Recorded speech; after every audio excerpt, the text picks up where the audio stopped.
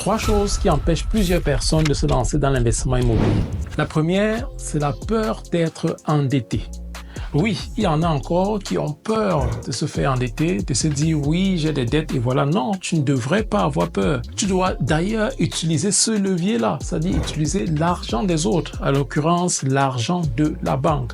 Si tu as cette possibilité-là, tu dois la saisir. Quand tu résides dans un pays comme l'Allemagne où l'obtention d'un crédit, à partir du moment où tu remplis les conditions, est facile, alors il faut en profiter. Il faut utiliser ce levier-là. Tu ne devrais en aucun cas avoir peur de t'endetter. Je dois te rappeler que tous ceux qui réussissent, tous ceux qui réalisent des grandes choses s'endettent pour le faire. Ils n'ont pas des millions et des milliards pleins d'un compte bancaire, ils vont le prélever pour réaliser leur projet. Non, ils vont prendre tout simplement un crédit auprès d'une banque, réaliser des projets, se faire des gains et en prendre encore un, et ainsi de suite. Donc, tu ne devrais nullement avoir peur de t'endetter.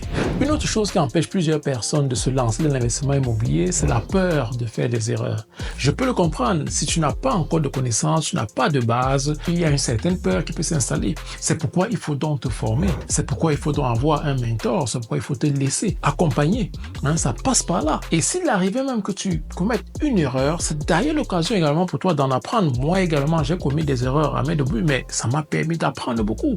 J'ai par la suite fait également des formations qui m'ont permis d'apprendre également. Donc tu ne devrais nullement avoir peur. Tu dois à un certain moment passer à l'action, soit te former ou encore te laisser accompagner par des personnes qui ont de l'expérience pratique. Alors, une autre chose qui empêche plusieurs personnes, et surtout ceux résidant en Allemagne, de se lancer dans l'investissement immobilier, c'est l'apport personnel. Plusieurs veulent se lancer, aimeraient acquérir des biens immobiliers, mais n'ont pas d'apport personnel. Cet argent-là qui ne doit servir, ne serait-ce que pour payer comme ça les frais supplémentaires, à savoir les frais du notaire, ce qu'on appelle le Grunderwerbsteuer, ou encore les frais de cotage comme ça de l'agent immobilier. Ça bloque vraiment pour plusieurs personnes.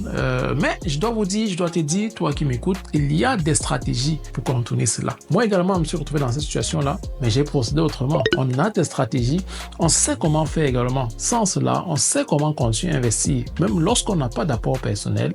Si tu aimerais le savoir, contacte-nous, enregistre-toi de préférence pour une consultation gratuite. Nous te dirons comment tu peux procéder.